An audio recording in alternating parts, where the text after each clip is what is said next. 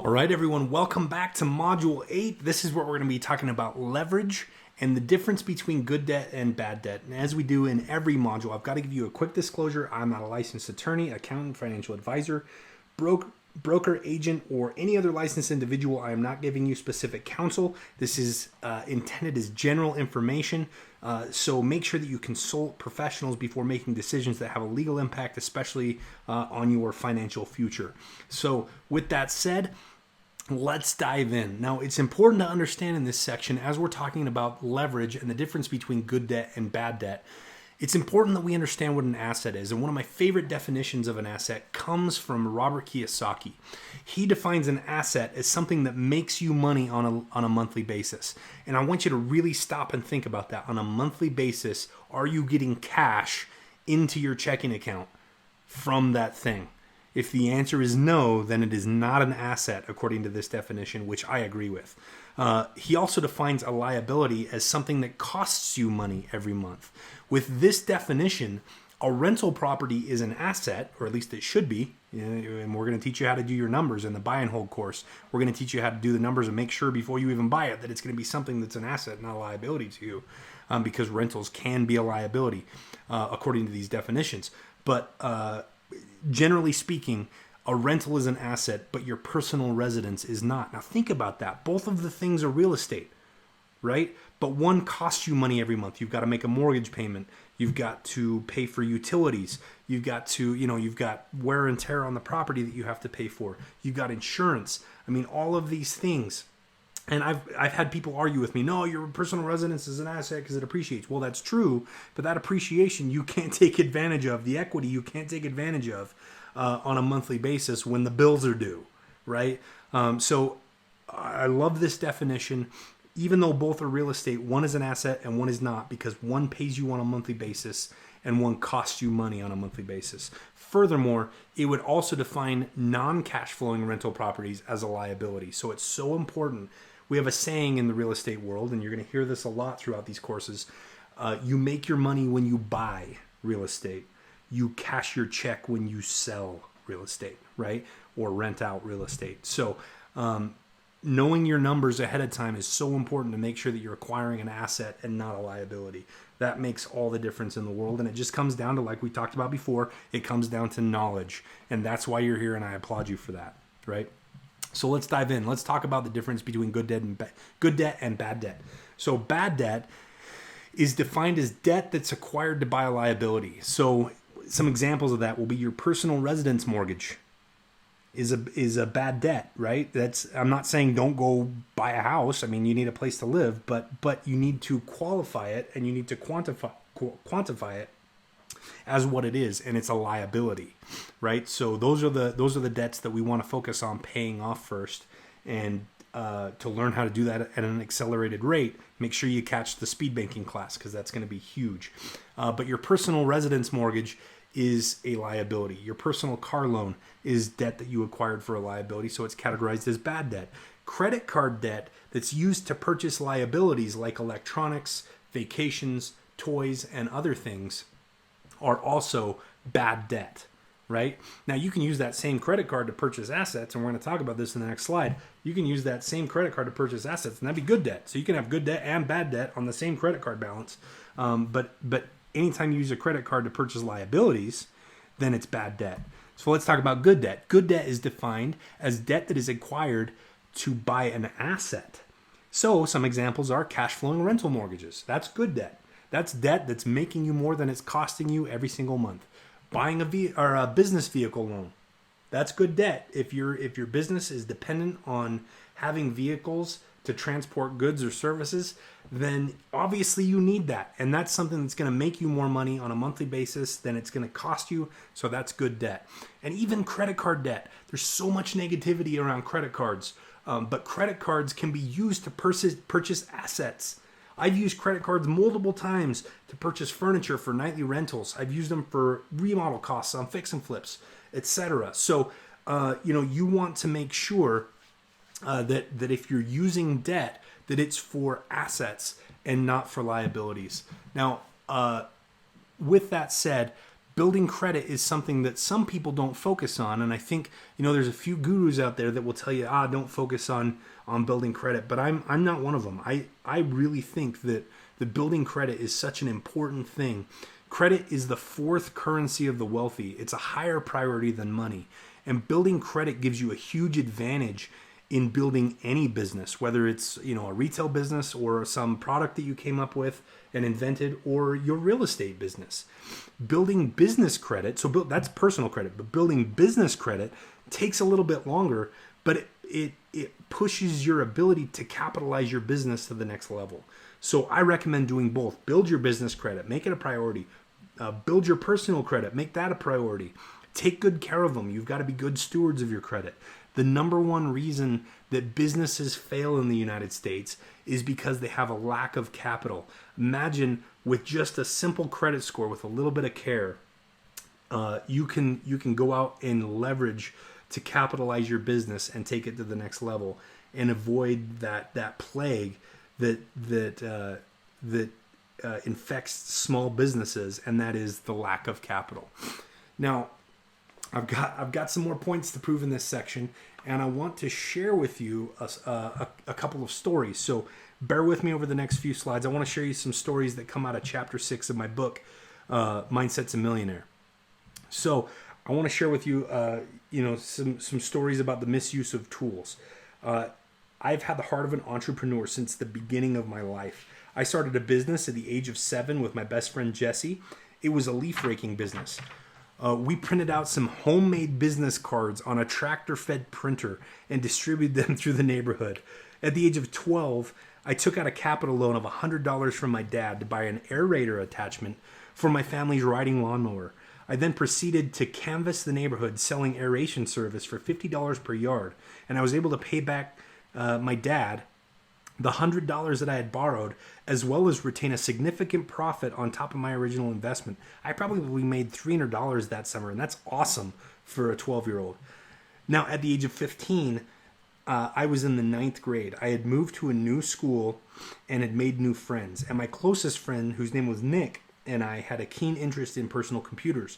We learned how to build them by disassembling and reassembling my family's computer. Now, I'm sure some of you out there have kids that have disassembled things and not figured out how to put them back together. That was me. So, if you've had that experience, you have empathy for my parents, right? But Nick and I learned how to build personal computers by disassembling and then reassembling my family's computer. We learned all about software and operating systems of the era. We became intimately familiar with each piece of hardware: RAM memory, the CPU, which at the time were only single core, the motherboard, the power supply, and the other necessary components. As we got more and more familiar with these components, we started to realize that building a computer was actually very simple. Every component had a specific place on the motherboard. Most components would only fit into their appropriate ports, so there wasn't much room for error. We learned which component brands work best together, and the software optimization to make them perform well. We decided, being of entrepreneur minds, that we could make a fortune in our minds at the age of 15, right? By building computers for people in our neighborhood. We would buy the components from a local computer supply store, mark them up, and charge for our services as well. This became quite the profitable business for Nick and me, and we made several $100s per machine. My best guess is that we sold 20 machines that year.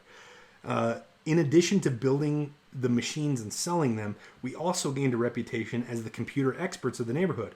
Anyone who had an issue with their personal computer would call us, and we would serve them at an hourly rate. Not a bad business for a couple of 15-year-olds. Spending our time on something creative and constructive also probably kept us out of the kinds of trouble that 15-year-olds got into. I was never interested in being rebellious. My passion has always lied in creating businesses and business systems and making those systems successful. Nick and I rarely received calls to service the computers that we built, but every now and then we would get a call on a faulty part or this or that.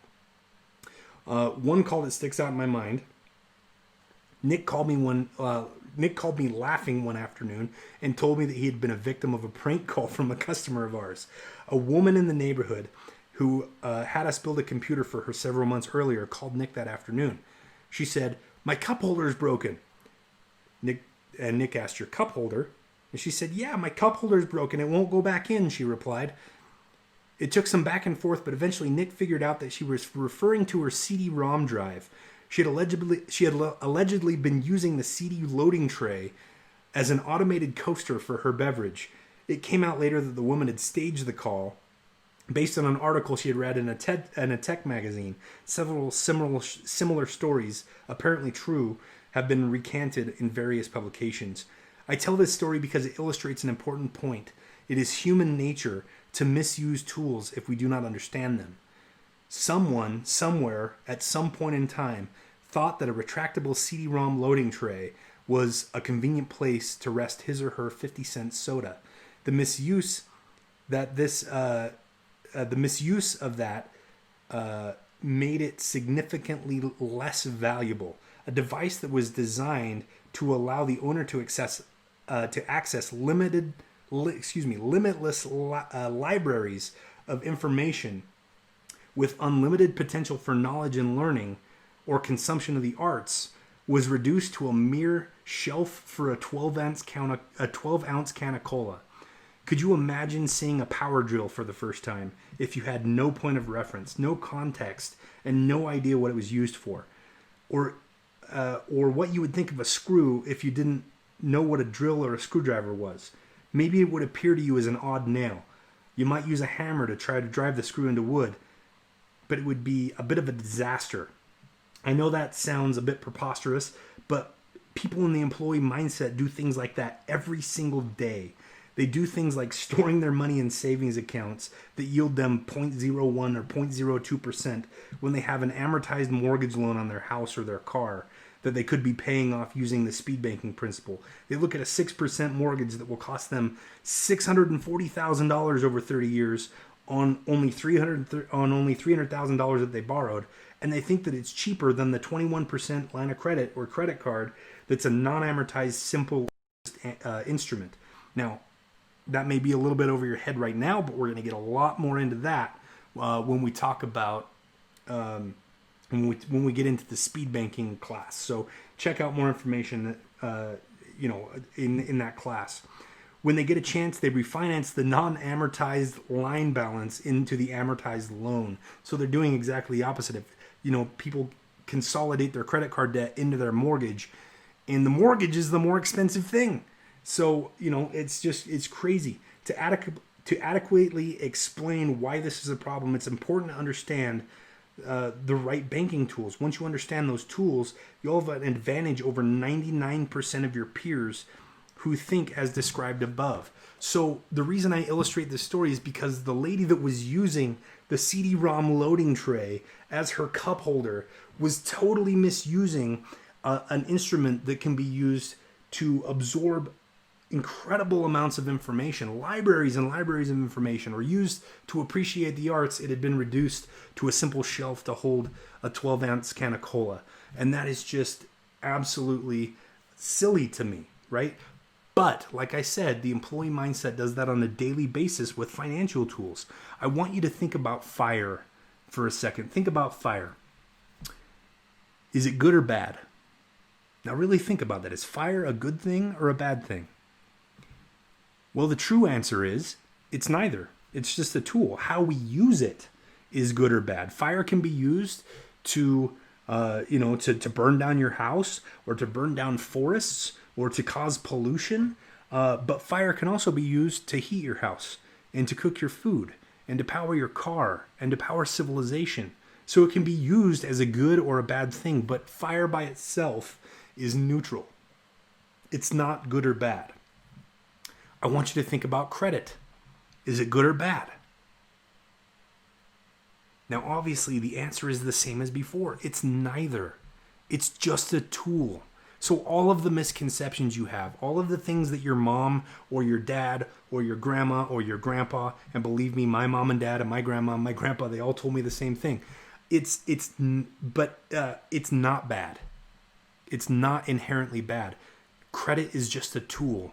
It's how we use it that makes it good or bad. before you develop biases, ask yourself, is this tool inherently good or bad? Or is it my use of it that makes it good or bad? Credit can be used, even credit cards, which tend to have such a bad reputation among people. And I think the reason is because people use credit cards for bad things. So the credit becomes bad and they blame it on the credit rather than taking responsibility themselves, right? But credit can be such a powerful tool to go out and start building your empire if you use it correctly. And the only way to use it correctly is back to the surgeon analogy that we used a few modules ago. If you have the knowledge. With knowledge and with education comes confidence to be able to go out and use these tools expertly and use them in a way that's going to do good for you, good for your family and your community and your country and the world. So make sure that you get educated on how to use these tools. I'm glad that we had a chance to talk about leverage and the difference between good and bad debt, because that makes the difference between an extremely successful investor and just a moderately successful investor, is the understanding of leverage and the difference between good and bad debt. This has been Module 8. In the next module, we are going to talk about education, one of the most important things and directly correlated to that most important second currency of the wealthy, knowledge. We're going to be discussing all of that in Module 9. I will see you over there.